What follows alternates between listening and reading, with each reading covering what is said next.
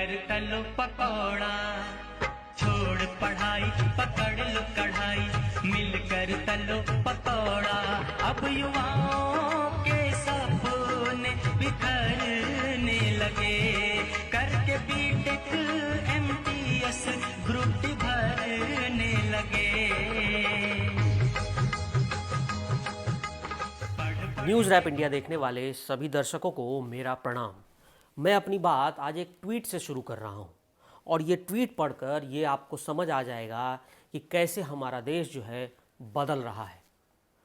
ये ट्वीट है, 22 की उम्र में फॉर्म भरा, 23 की उम्र में पेपर हुआ, 25 की उम्र में रिजल्ट मिला, 2 साल का कोर्ट केस चला, 29 में फाइनल रिजल्ट आया और 2 साल तक ज्वाइनिंग का इंतज़ार किया। 31 साल में भर्ती हुई और 5 साल संविदा पर रहे। 36 की उम्र में परमानेंट हुए और 50 साल नौकरी करने के बाद बिना पेंशन के रिटायर हो गए। जिस सरकार ने देश में 2 करोड़ रोजगार देने का वादा किया था और 5 ट्रिलियन इकोनॉमी की बात की थी, आज उस देश में 10 करोड़ से ज़्यादा युवा हर सुबह नौकरी की तलाश करता है या इंटरनेट पर नौकरी ढूंढता है और इसी तरह उसका दिन खत्म हो जाता है। और कुछ युवा ऐसे हैं जिन्हें ये नौकरी की ज़रूरत नहीं, वो जेम्स बॉन्ड बनकर सुशांत के गुनहगारों की तलाश कर रहा है। वो सीबीआई के लिए सबूत इकट्ठे कर रहा है। उसे ना परीक्षा की फिक्र है, ना रोजगार की, ना नौकरी की और ना ही किसी कारोबार की। 50 साल 60 साल तक आपने इस देश में शासन किया। इस देश की बेरोजगारी की समस्या के समाधान के लिए आपने क्या रास्ता ढूंढा? और मैं सबको पूछना चाहता हूं कि 130 करोड़ की आबादी वाली इस देश को, इसके युवा को रोजगारी प्राप्त हुई इसलिए 50 साल 60 साल के आपके शासन के अंदर कोई नया रास्ता आपने ढूंढा क्या? यही वजह है कि एक तरफ देश में हमारे माननीय प्रधानमंत्री का जन्मदिन पूरे जोशो खरोश के साथ मनाने की बात हो रही है, तो दूसरी तरफ देश में एक बड़ा युवा वर्ग बेरोजगारी दिवस मनाने को मजबूर है।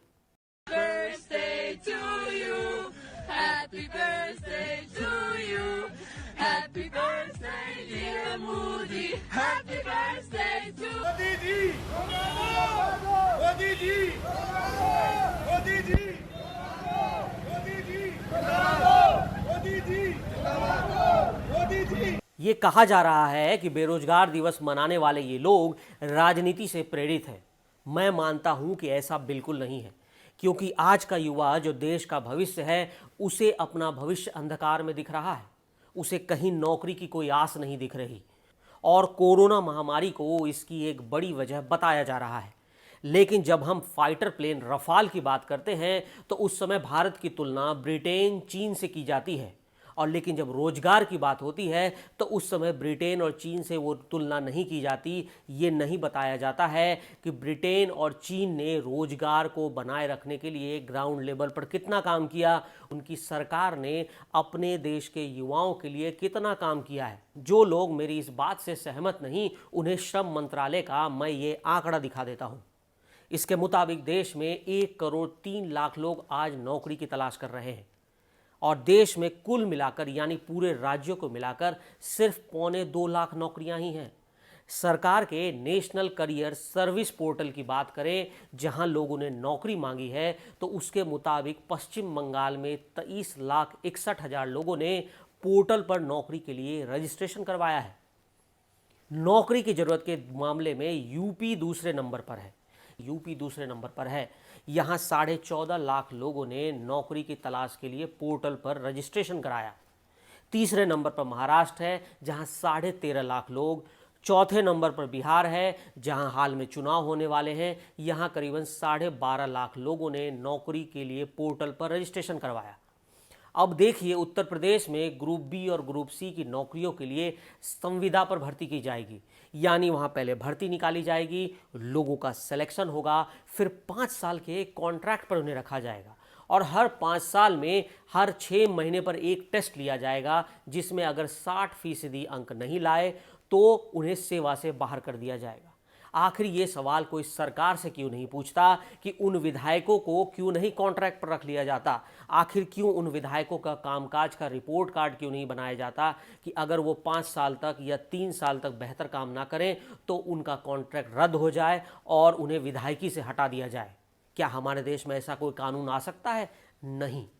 और सबसे हैरानी की बात यह है कि सबका विकास की बात करने वाली मोदी सरकार ने लोकसभा में जो बात कही है वो साबित करती है कि इस सरकार को देश की जनता के विकास और तरक्की से कोई वास्ता नहीं है। लोकसभा में गृह मंत्रालय ने एक सवाल के जवाब में कहा कि उनके पास उन प्रवासियों के मौत का आंकड़ा नहीं है जो लॉकडाउन में अलग अलग शहरों में अपनी जान गंवा बैठे थे। सरकार ने कहा है कि जब मौत का आंकड़ा ही नहीं है तो मुआवजा वो किस बात का देंगे? सोचिए, जनता की चुनी हुई सरकार आज कितनी निर्दयी हो चुकी है। वहीं असंगठित क्षेत्र पर कोरोना की कितनी मार पड़ी, इसका भी आंकड़ा सरकार ने कहा कि उनके पास नहीं है। यहाँ तक कि कोरोना की वजह से राज्यवार और सेक्टरवार कितनी नौकरियां गई, इसके आंकड़े पर भी सरकार ने असहमति जता दी। उन्होंने कहा कि उनके पास ये कोई डेटा ही नहीं है। और तो और कोरोना और लॉकडाउन में मोदी सरकार द्वारा दिए गए 20 लाख करोड़ के आर्थिक पैकेज का कितना पैसा कहां खर्च हुआ, ये भी सरकार नहीं बता रही। यानी कि वो 20 लाख करोड़ का जो आर्थिक पैकेज था, उसका ऐलान क्या सिर्फ एक जुमला ही था? आपको पता है कि कोरोना की वजह से टूरिज्म सेक्टर आखिरी सांसें ले रहा है। वहाँ भी मोदी सरकार के मंत्री ये कहते हैं, उन्होंने अब तक इस बात का सर्वे नहीं कराया है कि भारत में टूरिज्म सेक्टर से कितने लोगों की नौकरियां गई, कितने का कारोबार का नुकसान हो गया। तो ये तो है हमारी सरकार, और हम अपनी देश की बात छोड़कर ये जानने में आज ज़्यादा मशगूल हैं कि कैसे पाकिस्तान का जीडीपी खत्म हो गया और कैसे चीन के ऐप को हमने बैन कर उसे कंगाल कर दिया है, और कैसे मोदी के मास्टर स्ट्रोक की वजह से ट्रंप जो है आज मोदी मोदी कर रहे हैं। पूरा देश आज यही गाने गा रहा है और रोजगार की किसी को कोई फिक्र नहीं। तो क्या बेरोजगारी और महामारी से चेहरा छुपा रही सरकार कभी बाहर आकर इस बात का जवाब देगी कि उनके पास कोई प्लान है जिससे कि देश में बेरोजगारी कुछ कम हो जाए, कोई उनके पास आर्थिक पैकेज है? हम हमेशा ये गुणगान करते हैं ट्विटर पर, सोशल मीडिया पर कि पूरी दुनिया भारत को फॉलो करती है, भारत की आर्थिक नीतियों पर मोदी का मास्टर स्ट्रोक माना जाता है। लेकिन क्या इस बार कोई मास्टर स्ट्रोक चलेगी मोदी सरकार, जिससे देश के बेरोजगारों को कुछ राहत मिले, कुछ रोजगार मिले, जो बंद कारोबार हैं वो दोबारा चल पाएँ और देश का विकास जो है कोई एक पटरी पर सीधे से चल पाए?